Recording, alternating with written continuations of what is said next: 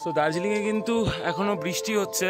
এই যে ওয়েদারের কন্ডিশন ভালো না, কি অসম্ভব সুন্দর লাগছে।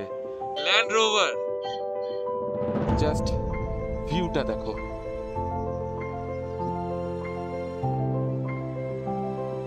এই আখরোটগুলো কিন্তু নেপালের মাস্তাঙে।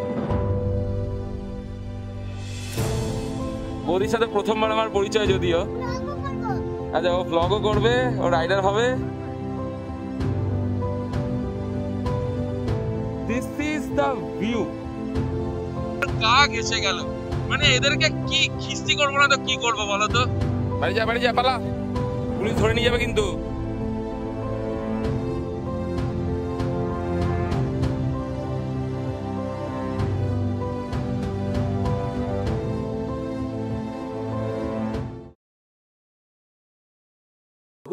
Good morning from Darjeeling. তোমাদেরকে আবারও ওয়েলকাম জানাই আমার নর্থ বেঙ্গল সিরিজের আরও একটা নতুন এপিসোডে।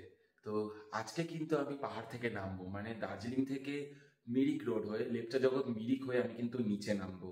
তো কালকে যে হোটেলটাতে ছিলাম সেই হোটেলটার ভিউটা কিন্তু, মানে হোটেলের রুমটা কিন্তু আমি তোমাদেরকে দেখাবো, কালকের ব্লগে আমি বলেছিলাম। সো এইটা হচ্ছে হোটেলের রুমটা। এই যে একটা দেখতে পাচ্ছ, এখানে একটা মিরর আছে, আর এটা ছিল বেড। আর দেখো আমি অলমোস্ট সব গুছিয়ে ফেলেছি, আর এখানে এইরকম অবস্থা হয়ে রয়েছে ভাই। আর এদিকে দুটো চেয়ার ছিল, ওখানে একটা টেবিল, ডাস্টবিন, এই যে, আর টয়লেটটা, অবভিয়াসলি টয়লেটটা ইম্পর্টেন্ট। এই যে ওখানে একটা কমোড রয়েছে, হ্যান্ড শাওয়ার, বাথ শাওয়ার, আর 24 আওয়ার্স গিজারও কিন্তু ছিল। আর এই হচ্ছে ব্যাপার, বেসিন। আর এই আজকে কিন্তু 15 জুন। সো আমি আজকে দার্জিলিং থেকে বেরোবো, মানে সমতলে নামবো। এখনো জানি না কত দূর যাব, হতে পারে বাড়িও চলে যেতে পারি, আবার হতে পারে মিডিলে কোথাও স্টেও করে যেতে পারি। তবে পুরো ব্লগটাই কিন্তু একসাথে থাকবে।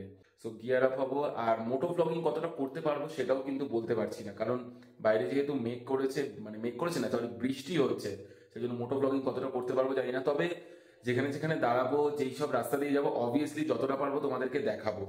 সো দার্জিলিংয়ে কিন্তু এখনও বৃষ্টি হচ্ছে। এই যে ওয়েদারের কন্ডিশন ভালো না, মানে ওয়েদার ভালোও পেয়েছি আবার বৃষ্টিও পেয়েছি, মানে মনসুনটাও পেয়ে গেছি। আর এই যে বাইক কিন্তু পুরো লোড। আর এই ভাইয়ার হোমস্টেতেই কিন্তু ছিলাম। এটা হচ্ছে ভাইয়ার হোমস্টে, এই যে विंटेज होमस्टे। ये कौन सा जगह पे है? ये आपका गांधी रोड से है। गांधी रोड से है। अच्छा, आपका नंबर थोड़ा बता दीजिए यहाँ पे। सो मेरा नंबर है 9563290750। So I would like to welcome all of you in the vantage point homestay Darjeeling. सो ये जो होमस्टे है मैप से 1.5 किलोमीटर है, and the best place to see the view, because the distance from our top of the roof to the top of the highest mountain of India is just 69 kilometers, the air distance. আচ্ছা, তো এই হচ্ছে ব্যাপার। ভাইয়া কিন্তু বলে দিয়েছে number, তোমরা যদি চাও অবভিয়াসলি এখানে এসে থাকতে পারো। তবে হ্যাঁ, রুফটপের ভিউটা খুব সুন্দর, সত্যিই তাই। কালকে আমি অনেকক্ষণ পর্যন্ত ছিলাম, দারুণ ছিল ভিউটা। তো এখানে আর দার্জিলিং আর ওয়েট করবো না, দাঁড়াবো না। আর ওয়েদারের জন্য কিন্তু মোটো ব্লগ খুব একটা করতে পারবো না। যদি বৃষ্টিটা কমে যায় তাহলে মোটো ব্লগ করবো, আর যদি পারি কোনো ভালো ভিউ পয়েন্ট বা কোনো জায়গা অবভিয়াসলি তোমাদেরকে দেখাবো।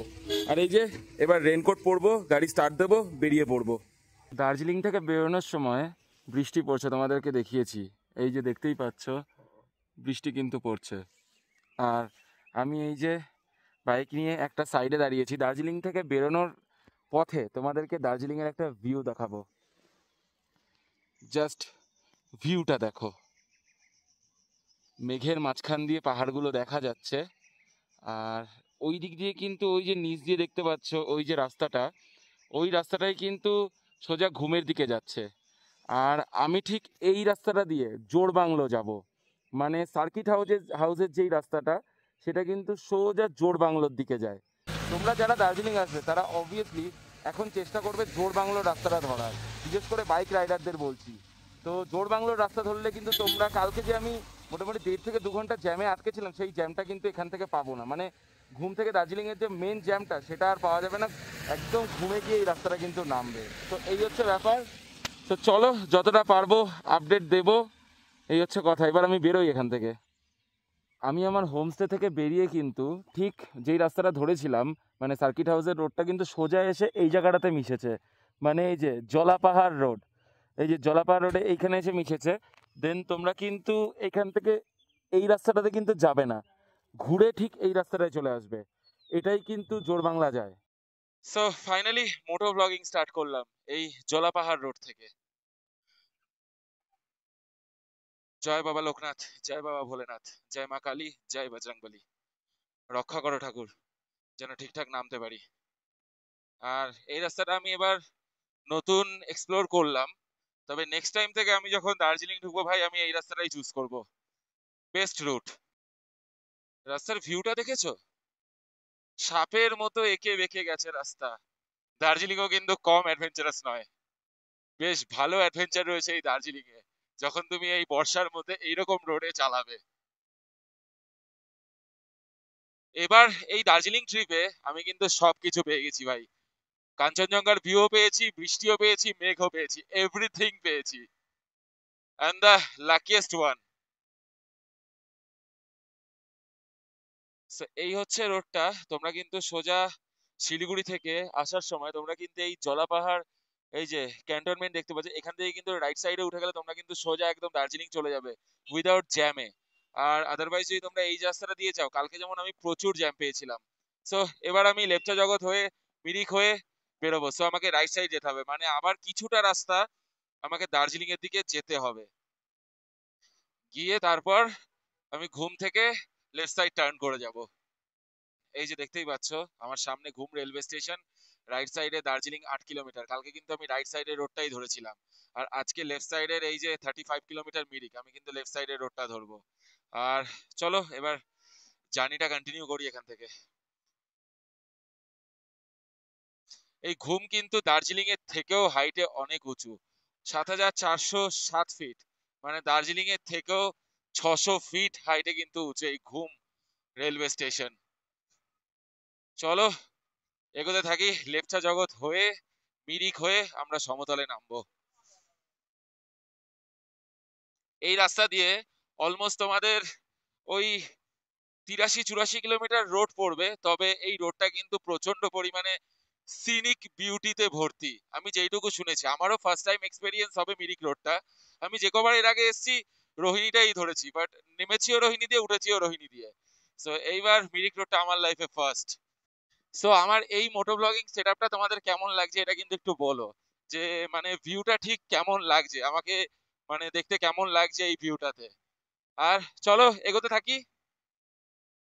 এই জন্যই হয়তো অনেকে বলে যে মিরিক রোডটা খুবই নাকি সিনিক বিউটি। সত্যিই তাই, আমি তাই দেখছি। এবার একটু টানবো আর তোমরা রাস্তাটার ভিউটার একটু মজা নাও।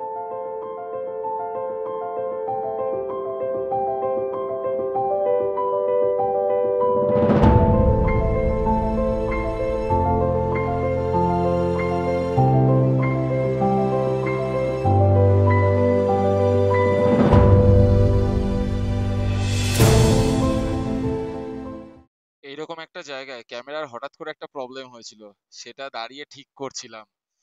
কি অবস্থা দেখো জায়গাটার, বৃষ্টি পড়ছে একদিকে, তার উপর কিন্তু এরকম পাইন ফরেস্ট, আর রাস্তা কিন্তু স্লিপারি হয়ে রয়েছে। রাস্তাটার ভিউ দেখো জাস্ট, কিরকম ভয়ঙ্কর লাগছে না? আমি কিন্তু এখন রয়েছি লেপচা জগতের কাছে, আর দেখতেই পাচ্ছ সামনে এই যে লেপচা জগতের পাইন ফরেস্ট, কি অসম্ভব সুন্দর লাগছে। So this is the village of Lepcha Jagat. Forest eco tourism, pine view point, Lepcha Jagat, বিট, ঘুম, সীমানা রেঞ্জ, দার্জিলিং ফরেস্ট ডিপার্টমেন্ট। এখানে কিন্তু এন্ট্রি ফি 20 টাকা। আর এখানে এই যে দেখতেই পাচ্ছ সব লোকগুলো এখানে ভেতরে এটা ভিজিট করতে গেছে। আর ভিউটা ঠিক এই রকম। আমার আর বেশি দাঁড়ানোর সময় নেই, আমি এখন এখান থেকে বেরিয়ে যাব। নেক্সট টাইম যখন আবার আসবো নেক্সট রাইডে, তখন এইসব জায়গাগুলো ভালো করে ভিজিট করব। আর এখন কিন্তু ওয়েদারটা এখানে এইরকম, মানে মেঘ হয়ে যাচ্ছে কখনো, কখনো আবার হালকা হয়ে যাচ্ছে, এরকম একটা ব্যাপার।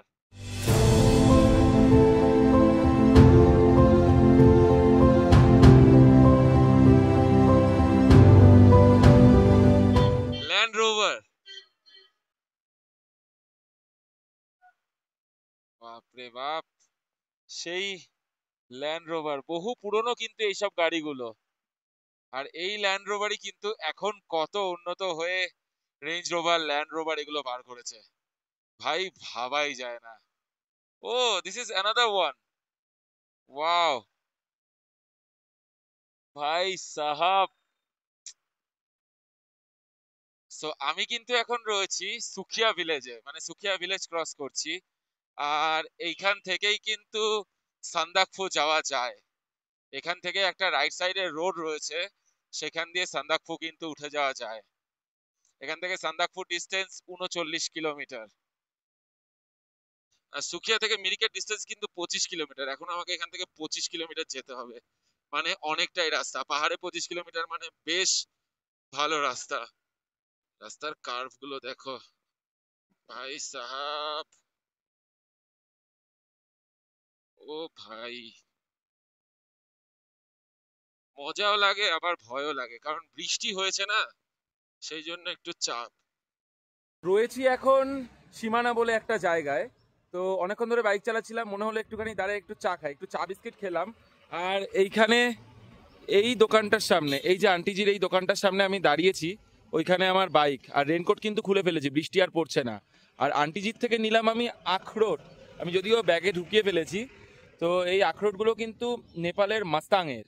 তোমরা কিন্তু এই সীমানা, এই যে জায়গাটা মিরিক রোডে পড়বে, লেপচা জগৎ মানে ক্রস করে অনেকটা আসতে হবে। এসে আন্টিজির এই দোকানে এসে তোমরা কিন্তু নিয়ে যেতে পারো। আমি কিন্তু কটা আখরোট নিয়ে গেলাম। আর যাই হোক, এখানে আর বেশিক্ষণ দাঁড়াবো না, অনেকটা রাস্তা বাকি ভাই। অলমোস্ট এখনো 65 থেকে 66 কিলোমিটার শিলিগুড়ি। आंटी जी चलते हैं। बाय। हाँ हाँ हाँ, ওকে। তো চলো, সীমানা ভিউ পয়েন্ট থেকে, মানে ভিউ পয়েন্ট না সরি, সীমানা থেকে এবার বেরোচ্ছি। আর এখান থেকে মিরিকের ডিস্টেন্স 20 কিলোমিটার, শিলিগুড়ি 65, মানেভাঞ্জন 2.6, আর সান্দাকফু কিন্তু 34 কিলোমিটার। সো চলো, এগুলো কোথাওই আমরা যাব না। আমরা যাব এখন বাড়ির দিকে, সমতলের দিকে। সো সমতলের দিকে কিন্তু নেমে যেতে হবে। গলিতার ভিউ পয়েন্ট জায়গাটার নাম। এটা কিন্তু অ্যাকচুয়ালি নেপাল বর্ডার। এই যে রাইট সাইডে নেপাল বর্ডার।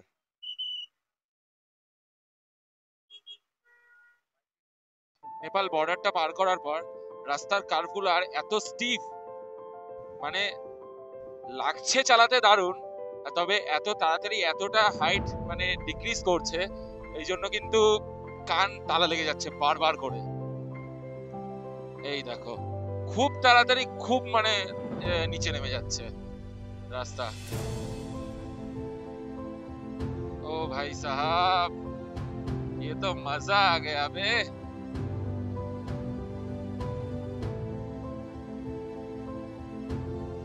ओ भाई, প্রথমবার যখন পাহাড়ে এরকম কারগুলোতে চালিয়েছিলাম প্রথমবার রাইডে, আমি লিটারালি খুব ভয় পেয়েছিলাম। আর এইবার চালাচ্ছি মানে just use to, I don't have any problem. এই দেখো, এই হচ্ছে ব্যাপার, পাহাড়ে চালাতে চালাতে একটা এক্সপেরিয়েন্স তৈরি হয়েই যায়।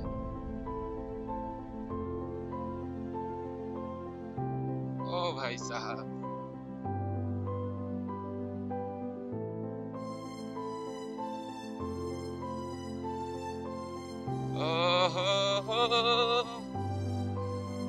আর কি সুন্দর পাইন ফরেস্টের ভিউ। আজকের রাস্তা খালি ভিউ এ ঠাসা, ভিউ এ ভরা আজকের রাস্তা।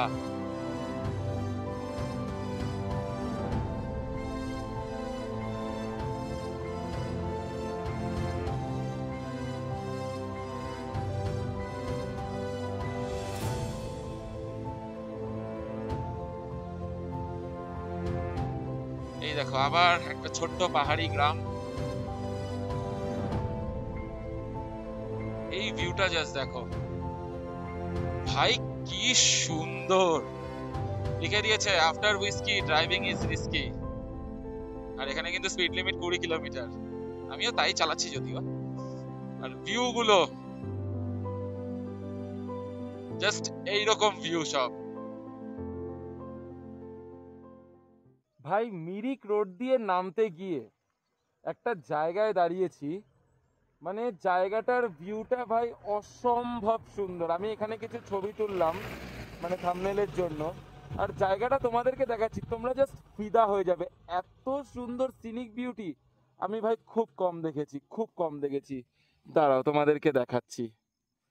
So this is the view, এই রকম সুন্দর একটা ভিউ ভাই। এখানকার গ্রামের লোকগুলো কতটা লাকি বলো তো, যে এইরকম ভিউ তারা দেখতে পারে।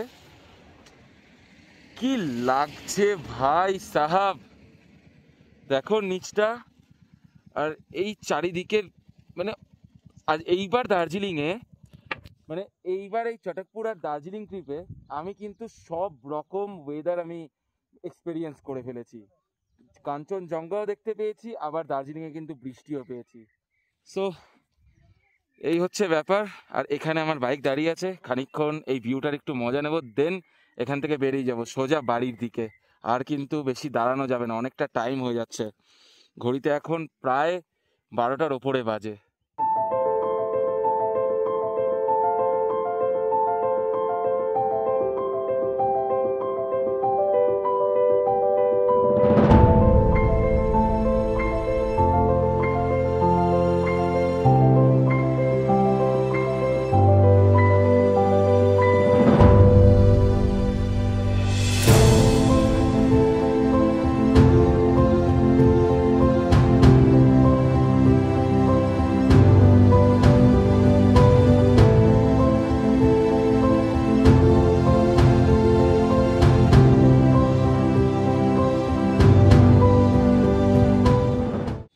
আমি এখন দাঁড়িয়ে আছি আই লাভ মিরিকের এখানটায়। আর এই জায়গাটার ভিউটা, কি ভিউ দেখো, চারিদিকে কিন্তু চা বাগান, আর ওইদিকে কিন্তু ওই যে সমতল দেখতেই পাচ্ছ ভাই। গরম লাগছে, এইবার কিন্তু গরম লাগছে, কারণ এখানে আর কোনো রকম কোনো ঠান্ডা নেই। এই হচ্ছে ব্যাপার, এই যে চা বাগান, ওই যে চা বাগান, চারিদিকে চা বাগান। এইখান থেকে কিন্তু শিলিগুড়ি ডিস্টেন্স 40 কিলোমিটার, আর বাগডোগরা কিন্তু 50 কিলোমিটার। বাবা, ইভি গাড়ি এখান দিয়ে উঠছে। যাই হোক, এই হচ্ছে ব্যাপার। যাই বলো, এই একা এইবারের অ্যাডভেঞ্চার রাইডটা পুরো একা করলাম ভাই। এটা কিন্তু একটা আলাদা রকমের আমার এক্সপেরিয়েন্স হলো। এই ব্রিজটা দেখো, কি অসম্ভব সুন্দর একটা জায়গা। নিচ দিয়ে কিন্তু চলে গেছে নদী, কি লাগছে ভাই। এই জায়গাটার নাম কিন্তু দুধিয়া। এই জায়গাটার নাম আমি এর আগে শুনেছি, সো ফার্স্ট টাইম এই জায়গাটা ক্রস করছি। এটাও বেশ সুন্দর একটা জায়গা কিন্তু।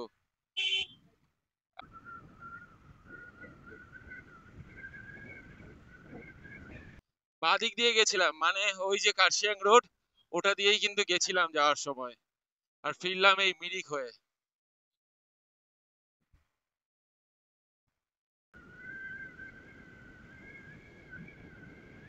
দার্জিলিং থেকে বেরিয়েছিলাম সকাল 10টার সময়, বেরিয়ে সোজা কিন্তু আমি একদম বাড়ির পথে। আর এখন রয়েছে আমি চোপড়াতে। হ্যাঁ, শিলিগুড়ির পরে আমি খুব একটা মোটো ব্লগ করিনি, ক্যামেরার ব্যাটারিতে চার্জ ছিল না, আর আমার ইচ্ছে করছিল না যে ব্যাটারি চেঞ্জ করা বা চার্জে দেওয়া।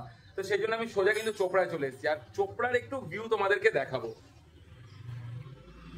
এই যে, এই হচ্ছে চোপড়ার ভিউ, এটা হচ্ছে চোপড়া ফ্লাইওভার।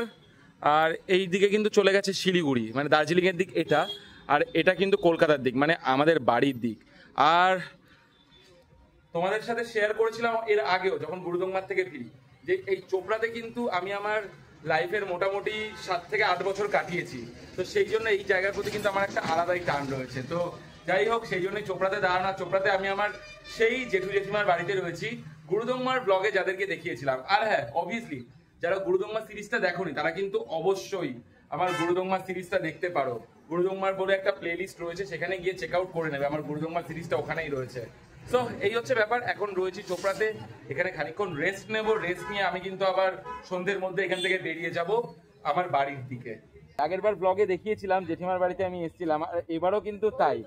আমি জেঠিমার বাড়িতে এসে দাঁড়িয়েছি, দুপুরে লাঞ্চ করলাম, এইবার এখান থেকে বেরোবো। এখন বাজে অলমোস্ট বিকেল 5টা।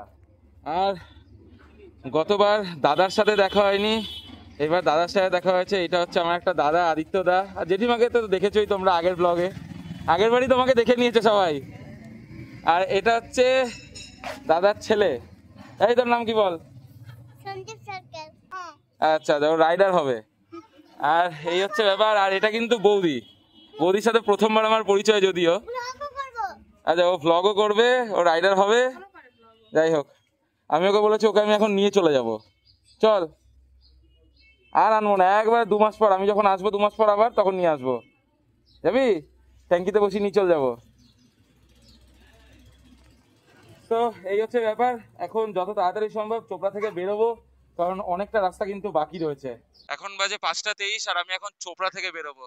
আর এই যে আদিত্যদা, এই যে বৌদি, ওই যে আমার ভাইপো, আর ওই যে জেঠিমা। চলো টাটা সবাইকে।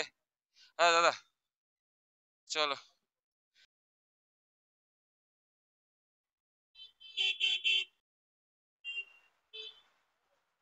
চোপড়াতে এইখানে কিন্তু এই রাস্তাটা দিয়ে কিন্তু আমার স্কুল ছিল।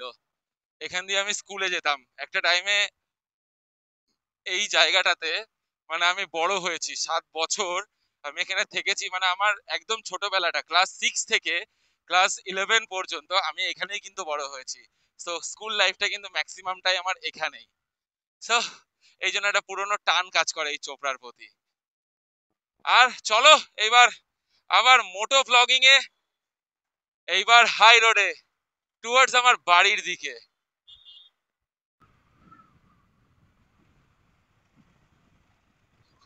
এখন যাচ্ছি সামনেই ইসলামপুর, আর মাত্র 12 থেকে 13 কিলোমিটার হবে হয়তো ইসলামপুর। উঠে গেছি ইসলামপুর বাইপাসে। আর ইসলামপুর বাইপাসের এই বিকালবেলার ভিউটা ঠিক এইরকম। ডালখোলা এখান থেকে 62 কিলোমিটার, কিষানগঞ্জ 27 কিলোমিটার। ইসলামপুর বাইপাসে একটু দাঁড়িয়েছিলাম কয়েকটা থাম্বনেলের ছবি তোলার জন্য। আর ওয়েদার কিন্তু খারাপ হয়ে আসছে, মানে শিলিগুড়ির দিকটাতে কিন্তু পুরো পুরো একদম মেঘ। যত তাড়াতাড়ি সম্ভব ভাই ওইদিকে যেতে হবে, না হলে কিন্তু প্রবলেম। এই যে সানসেটটা দেখতে কিন্তু খুব সুন্দর লাগছে। এরকম হাইওয়েতে এরকম সানসেট মারাত্মক লাগছে ভাই, মারাত্মক লাগছে। খুবই দুঃখের সাথে বলতে হচ্ছে যে এই যে ইসলামপুর থেকে এই যে ডালখোলার রাস্তা, আগের দিনে যখন আমি যাচ্ছি শিলিগুড়িতে তখনও সেম এরকম টাইপের ঘটনাগুলো ঘটছিল। আর এখনো একটা ছেলে, আমি ওকে সাইড দিয়ে দিলাম, বিশাল পিক আপে আসছে 3 জন মিলে, না হলো 100-র উপরে। ওকে আমি সাইড দিয়ে দিলাম ডান দিক দিয়ে, যে ডান দিকের রাস্তা পুরো ফাঁকা, ও গেল না। ও ঠিক আমার পাশ দিয়ে বাদিক দিয়ে একদম আমার গা ঘেঁষে গেল। মানে এদেরকে কি খিস্তি করবো না তো কি করবো বলতো? এদেরকে জাস্ট লিটারালি খিস্তি করতে ইচ্ছে করে। আর একটারও তো হেলমেট নেই, কিচ্ছু নেই। আর এই জায়গাটাই মানে ডালখোলা থেকে এই ইসলামপুর এই রাস্তাটার মধ্যে কিন্তু এই ঘটনাটা বেশি দেখা যায়। আর এই যে ডান দিকে কিন্তু আমি দেখতে পাচ্ছি কিষানগঞ্জ রেলওয়ে স্টেশন। ওই যে কারোর মাথায় হেলমেট নেই, হেলমেট ক্যারি করছে কিন্তু হেলমেট পরবে না। একটা ইনফরমেশন দিয়ে দিই, এই NH-27 শিলিগুড়ি থেকে আপ টু কিষানগঞ্জ পর্যন্ত কিন্তু খুব ভালো পাবে। তারপরে কিন্তু রাস্তা হ্যাঁ সেই খারাপ নয়, তবে মাঝে মাঝে কিন্তু পটহোল টাইপের অনেক কটা রয়েছে। মাঝে মাঝে এরকম পেয়ে যাচ্ছি আমি, তো খুব কেয়ারফুলি চালাতে হচ্ছে। এখানে কিন্তু আমি আর মানে 70 অ্যাবভ মেনটেন করতে পারছি না। সুজাপুর টোল প্লাজা এখন আমি ক্রস করছি। সুজাপুর টোল প্লাজা মানেই কিন্তু ডালখোলা ঢুকে গেছি। বাদিকে কিন্তু রায়গঞ্জ মানে কলকাতা, আর সোজা কিন্তু চলে গেল বিহারের দিকে ওই রোডটা, মানে গুজরাটের দিকে। রায়গঞ্জ 47 কিলোমিটার, মালদা 123, দুর্গাপুর 372। অনেক কিছু ভাবার পর ডিসাইড করলাম যে আজকে অলরেডি কিন্তু এখন সন্ধ্যে 7টার উপরে বাজে, আর সারা রাত বাইক চালিয়ে বাড়ি যাওয়াটা ঠিক হবে না। হয়তো যেতে পারবো, কিন্তু সেটা কিন্তু যেহেতু সোলো রয়েছি সেহেতু কিন্তু রিস্কি হয়ে যাবে। কারণ এত রাতে, তার থেকে বড় কথা হচ্ছে আমার বাইকের একটা ফগ লাইট কেটে গেছে, একটা মেন ফগ লাইট যেটা সেটা কেটে গেছে। তো রাস্তায় আলোটাও কিন্তু কমই পাচ্ছি আমি।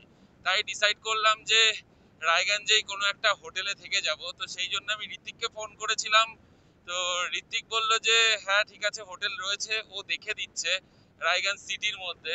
তো সেইখানেই কিন্তু আজকে রাতে আমি থেকে যাব। সো আজকে রাতে রায়গঞ্জে স্টে করবো, দেন কালকে কিন্তু আবার রায়গঞ্জ থেকে সকাল সকাল বেরোবো। The next morning. Good morning from Raiganj. আর কালকে রাতে দেখেছিলে যে অনেকটা রাত, মানে 7টা বেজে গেছিলো, 7টা সাড়ে 7টা বেজে গেছিলো। তো দ্যাটস ওয়াই আমি কিন্তু রায়গঞ্জে থেকে গেছিলাম। ঋত্বিক আমাকে একটা হোটেল দেখে দিয়েছিল, এই যে এটা হচ্ছে সেই হোটেল সন্ধ্যা তারা। এই হোটেলেই কিন্তু আমি ছিলাম কালকে। সো এই হচ্ছে ব্যাপার। এখন বাজে সকাল 7:30। ঘুম থেকে উঠেছি, একটু চা খাবো। চা ফা খেয়ে ফ্রেশ হয়ে মোটামুটি সকাল 9টা সাড়ে 9টার মধ্যে বেরিয়ে যাওয়ার চেষ্টা করব। এখান থেকে কিন্তু আমার বাড়ির ডিস্টেন্স আর মাত্র 304 কিলোমিটার। রায়গঞ্জে আমি যেই রুমটাতে ছিলাম সেটা তোমাদেরকে দেখাবো। সন্ধ্যাতারা হোটেলের রুম। এই হচ্ছে সন্ধ্যাতারা হোটেলের রুম। এই যে এইরকম বেড, এই হচ্ছে ব্যাপার। তবে রুমটা কিন্তু ছিল নন এসি, আমার এসির প্রয়োজন হয়নি। আর এই রুমটা রায়গঞ্জ কিন্তু ইউনিভার্সিটির ঠিক উল্টো দিকে সন্ধ্যা তারা হোটেলটার নাম। বিহেভিয়ার সব কিছু খুবই ভালো। ঋত্বিক কালকে আমাকে এখানে সাজেস্ট করেছিল, সো আমি চলে এসেছি। আর আমি ডেসক্রিপশনে অবভিয়াসলি এই হোটেলের গুগল ম্যাপ ডিটেলস আর হচ্ছে ফোন নাম্বার আমি দিয়ে দেবো। তোমরা যদি কখনো মনে করো যে শিলিগুড়িতে স্টে করবে না, ফেরার পথে রায়গঞ্জ স্টে করবে, তাহলে কিন্তু অবভিয়াসলি এই হোটেল, মানে এই হোটেলটা তোমাদের জন্য বেস্ট হবে। চারিদিকে সব এলোমেলো করে সব রয়েছে, সব গোছাতে হবে। তারপর আর খানিকক্ষণের মধ্যে কিন্তু বেরিয়ে পড়বো রায়গঞ্জ থেকে। এখন বাজে সকাল 10টা, মানে 10টা 15 বাজে। আর আমার বেরোনোর কথা ছিল সকাল 10টার মধ্যে। আর আমি এখনো বেরোতে পারিনি, কারণ রায়গঞ্জে কিন্তু অঝোরে বৃষ্টি হচ্ছে। তোমাদেরকে একবার দেখাই, এই হচ্ছে রায়গঞ্জের সিচুয়েশন। এই রকম অঝোরে বৃষ্টি হচ্ছে, মানে কি যে হবে আমি নিজেও জানি না। তো যত তাড়াতাড়ি সম্ভব হবে আমি অবশ্যই রায়গঞ্জ থেকে বেরিয়ে যাব, কারণ এখান থেকে আর 304 কিলোমিটার আছে আমার বাড়ি। রায়গঞ্জ থেকে বেরোনোর সময় চরম লেভেলের বৃষ্টি পেয়েছিলাম। আর এখন এই ইটাহারের কাছে এসে বৃষ্টিটা কমেছে, আর আমার গ্লাভস কিন্তু পুরো ভেজা।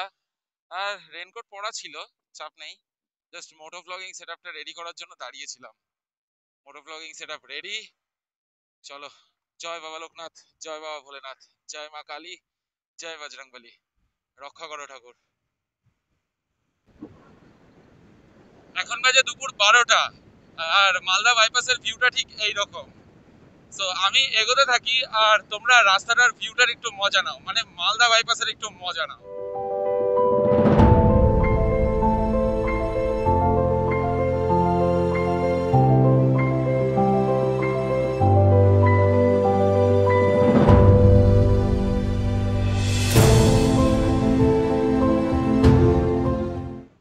রাস্তার কারণ না, রাস্তা হচ্ছে টোটোর। আর কালিয়াচক ঢুকছি, আর কালিয়াচক ঢোকার আগে এইরকম হচ্ছে সিচুয়েশন। এই হচ্ছে আজকে কালিয়াচকের সিচুয়েশন।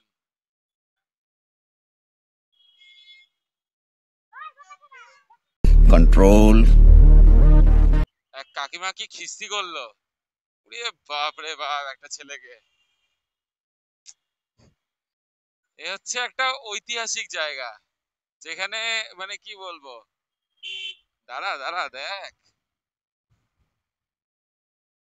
এরকমই হচ্ছে এখানকার ব্যাপার। এখানকার জ্যামে ফেসেছো মানে তুমি গেছো।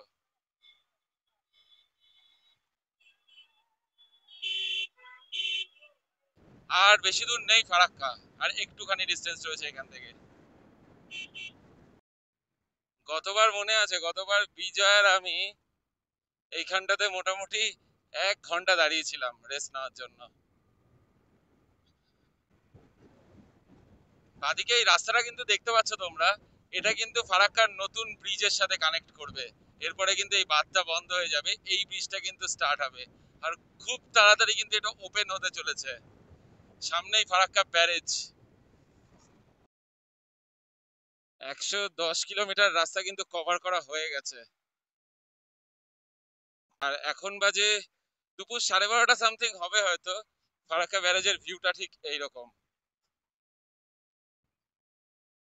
জলের কিন্তু খুব একটা প্রেসার নেই দেখছি। আর ওদিকে দেখো, ওই যে ওটাই কিন্তু হতে চলেছে নতুন ব্রিজটা।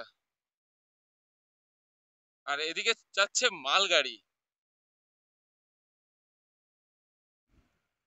বেশ দারুণ একটা ভিউ পেয়ে গেলাম কিন্তু। সো ফারাক্কায় এসে কিন্তু খেতে বসে গেছি। আর এই যে নিয়ে নিয়েছি চারা পোনা, এই দেখতেই পাচ্ছ এতগুলো মাছ। আর এদিকে কিন্তু একদম এই যে ডাল দিয়ে ভাত, ডাল আর চারা পোনা, এই দিয়ে কিন্তু দুপুরের লাঞ্চ করছি। এখান থেকে আর 196 কিলোমিটার ডিস্টেন্স আমার বাড়ি। তো এবার ফটাফট এখান থেকে বেরোবো। এখন বাজে ঘড়িতে, দাঁড়াও দেখে বলছি, এখন বাজে ঘড়িতে 2:18। এবার দেখা যাক কতটা টাইম লাগে বাড়ি পৌঁছোতে। বেরোচ্ছি আমি ফারাক্কা থেকে। আর সূর্যের তাপ কিন্তু জাস্ট ডেঞ্জারাস। এখান থেকে 196 কিলোমিটার আমার বাড়ির ডিস্টেন্স। ফারাক্কা ক্রস করে 10 মিনিট আসার পরে মানে মোটামুটি ধরো 20 থেকে 25 কিলোমিটার চালিয়ে ফেলেছি। তারপরে কিন্তু আকাশটা বেশ ক্লাউডি হয়ে গেছে, মানে রোদের তাপটা কিন্তু আর নেই। আর এদিকে ঠান্ডা ঠান্ডা হাওয়া দিচ্ছে, বাইক চালাতে কিন্তু বেশ ভালো লাগছে। মানে ওয়েদার আমার সাথে আছে, এরকম একটা ব্যাপার। তো জঙ্গিপুর সাইডে আমি একটু দাঁড়িয়েছিলাম এই এই দাদার দোকানে। একটু টায়ার্ড লাগছিল, দ্যাটস ওয়াই একটা একটা স্টিং খেলাম। আর এখানে দাদাদের সাথে পরিচয় হলো, এই দাদার সাথে পরিচয় হলো। দাদা আমার চ্যানেল সাবস্ক্রাইব করে দিয়েছে। চলি দাদা, তাহলে দেখা হবে আবার। চলি। ক্রস করছি কিন্তু বহরমপুর বাইপাস। আর বাইপাসের কন্ডিশন কিন্তু খুব ভালো নয়। কয়েক জায়গায় দেখছি বেশ ভালোই রাস্তা কিন্তু খারাপ রয়েছে, দেখতেই পাচ্ছ। মানে ফেরার পথটা, যে শিলিগুড়ি থেকে কলকাতার দিকে যাওয়ার পথটা, আর যেটা শিলিগুড়ির দিকে গেছে ওটা কিন্তু খুব খারাপ নয়, কারণ ওটা দিয়ে গেছিলাম, ওটা বেশ ভালোই ছিল। বিস্কুট খাবি? হ্যাঁ, হ্যাঁ, টাকা আর দিলাম না, বিস্কুট খা। আমি খেয়েছি দুটো, আমি খেয়েছি, তোর জন্য তোকে দিলাম দুটো, ঠিক আছে? ভালো বিস্কুট। কি হচ্ছে? নোনতা না, ভালো খেতে, খেয়ে দেখ, ঠিক আছে? যা যা বাড়ি যা, বাড়ি যা, বাড়ি যা। তো আমাকে এসে বলছে যে 5 টাকা দিতে বিস্কুট খাবে। আমি দেখলাম, হ্যাঁ হ্যাঁ, এটা আমার একটা বন্ধু, আমার একটা বন্ধু পুলিশ। তুই তুই আমাকে টাকা চেয়েছিস, আমি বললাম যে টাকা চেয়েছিস, তাই আমি তোকে বিস্কুট দিলাম। বাড়ি যা, বাড়ি যা, পালা, পুলিশ ধরে নিয়ে যাবে কিন্তু। তাড়াতাড়ি তাড়াতাড়ি তাড়াতাড়ি। ও আমাকে এসে বলছে 5 টাকা দিতে। তো আমি দেখলাম না, টাকা দেবো না। ওর যেহেতু বিস্কুট খাবে বলেছে, আমার কাছে বিস্কুট ছিল 2 পিস, আমি খেয়েছিলাম, আর বাকি যেটুকু ছিল ওকে আমি দিয়ে দিলাম। আর এই যে এ হচ্ছে আমাদের দেবগ্রাম টোল প্লাজা, আর আমার বাড়ি এদিকে। এখান থেকে এবার বেরোবো। আমার বাড়ি এখান থেকে ওই 40 থেকে 42 কিলোমিটারের ডিস্টেন্স আছে। আর বেশিক্ষণ লাগবে না, ম্যাক্স টু ম্যাক্স 1 ঘন্টা লাগতে পারে। অলমোস্ট কৃষ্ণনগর কিন্তু ঢুকতে চলেছি। এই যে বাদিকে নেমে যেতে হবে, বাদিকে কিন্তু আমার শহর নবদ্বীপ, বাদিকে কৃষ্ণনগরও। মানে বাদিকে নেমে গেলে, বাদিকে সোজা চলে গেলে কৃষ্ণনগর, আর বাদিকে নেমে ভেতর দিয়ে ফ্লাইওভারের তলা দিয়ে ডান দিকে চলে গেলে কিন্তু নবদ্বীপের দিকে রাস্তা যায়। কৃষ্ণনগরের সেন্ট্রাম মলের উল্টো দিক দিয়ে যে ফ্লাইওভারের তলা দিয়ে রাস্তাটা, ওটাই কিন্তু নবদ্বীপের দিকে চলে যাবে। এই যে এভাবে ঘুরলাম, চলো। আর এখান থেকে নবদ্বীপের ডিস্টেন্স কিন্তু মাত্র 11 কিলোমিটার। তো যাই হোক, ফাইনালি সাকসেসফুল ভাবে নর্থ বেঙ্গল রাইড করে আমি বাড়ি ঢুকছি। ভাই সত্যি বলতে খুব গর্ববোধ হচ্ছে যে আমি নবদ্বীপের একটা ছোট্ট গ্রামের একটা ছেলে, সে এরকম একা বেরিয়ে সোলো ট্রিপটা করে সাকসেসফুল ভাবে বাড়িতে ঢুকছে। ভাই সত্যি তোমাদের ভালোবাসার, ভগবানের আশীর্বাদ, আর হ্যাঁ অবভিয়াসলি আমার মা বাবার আশীর্বাদ ছিল বলেই কিন্তু আমি করে আসতে পেরেছি। আর তোমরা আমাকে এইভাবে সাপোর্ট করে যাও, আমি আরো অনেক অনেক কন্টেন্ট তোমাদেরকে গিফট করব, এটুকু কথা দিলাম। তো যাই হোক, চলো এবার বাড়ি ঢুকি। আর বেশি ডিস্টেন্স নয় কিন্তু এখান থেকে আমার বাড়ি, আর মাত্র 5 কিলোমিটার।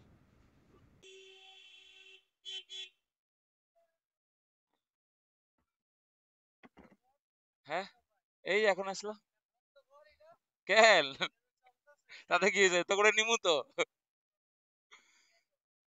কি নিয়ামু হ্যাঁ হ্যাঁ হয়ে গেল গা কমপ্লিট 5 দিন তুই কই যাস ফকিরতলা যাস আর কাজে তাহলে ও আচ্ছা আচ্ছা আচ্ছা ঝন্টুকে তো তোমরা চেনো ওই ঝন্টু আমার গাড়ির সবকিছু কাজ ওই করে আর সাদা কালারের যে গেঞ্জি পরা ছিল ওর নাম হচ্ছে কালী মানে ওর ভালো নাম মনোজ ওকে আমি কালী বলে ডাকি আর কি এই হচ্ছে ব্যাপার তো আমি কিন্তু চলে এসেছি বাড়ি সো ফাইনালি আমি আমার বাড়ির সামনে আর অনেক অ্যাডভেঞ্চার করে অনেক কিছু করে আমি কিন্তু পৌঁছে গেছি ফাইনালি আমার বাড়িতে তো এই হচ্ছে ব্যাপার আশা করি পুরো সিরিজটা তোমাদের কিন্তু ভালো লেগেছে কারণ আমি এইটুকু বলতে পারবো হ্যাঁ যদি পুরো সিরিজটা দেখে থাকো অবভিয়াসলি তোমাদের ভালো লেগেছে আর এইবার চলো এবার পুরো লাগেজ ফ্যাগেজ সবকিছু আনলোড করে একদম আমি আমার রুমে যাব এভাবেই আমার পাশে থেকো, আমার সাথে থেকো, আর আমাকে এগিয়ে যেতে হেল্প করো। আর হ্যাঁ, এবার এই কিছু স্মৃতি দিয়ে, মানে আমি এই সোলো রাইডে কিছু স্মৃতি ক্যাপচার করেছিলাম, সেগুলো তোমাদের সাথে শেয়ার করেই কিন্তু এই সিরিজটা শেষ করছি। চলো ভালো থেকো, টাটা, দেখা হচ্ছে নেক্সট কোনো অ্যাডভেঞ্চার রাইডে।